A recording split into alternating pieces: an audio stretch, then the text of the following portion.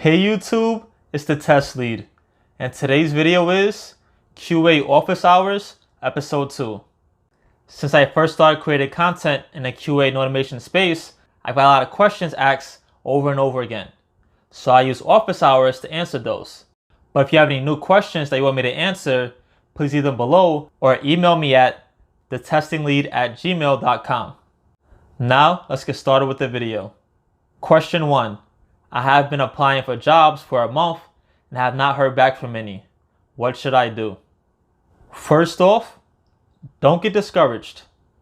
Finding a job is like a numbers game. You may have a 10% chance of getting a job, so you gotta apply to 10 jobs just to hear back from one. That's all part of the process.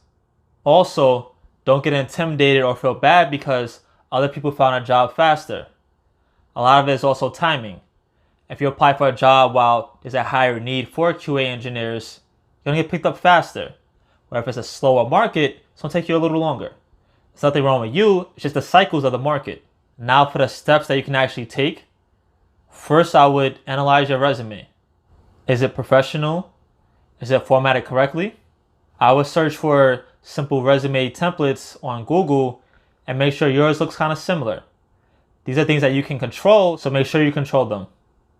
Next, it might sound crazy, but I would 5x my applications.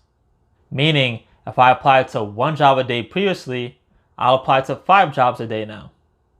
Use websites such as LinkedIn, Monster, Indeed.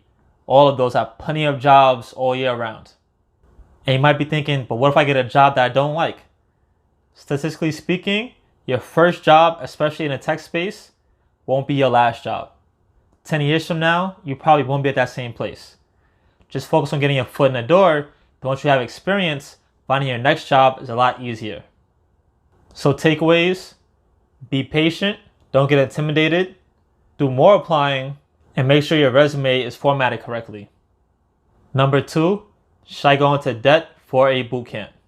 I honestly wouldn't suggest it unless it's for a very small amount. I would rather you save until you can fully afford it, or see if they have possible payment plans that fit your budget. Right now, you have to analyze your priorities. The thing about going into debt and putting all your last bit of money into a bootcamp, you're usually not guaranteed a job right away out of a bootcamp. At least not always. So if you're check to check and your last bit of money went to a bootcamp, now you're spending a month or 2 without a job and you're struggling, that's scary.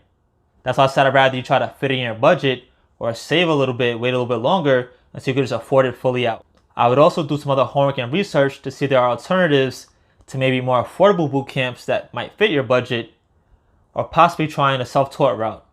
The self-taught route means you just watch stuff on like Udemy and YouTube, which fits your budget better.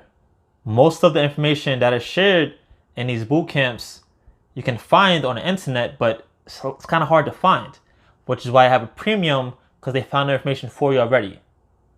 There are also other benefits to boot camps, such as the networking aspect, but if you can't afford it right now, you can't afford it. So don't use the price as an excuse for not starting your career. So takeaways, either try to save until you can fully afford it, see if they have payment plans, see if there are cheaper alternatives where you can still learn information.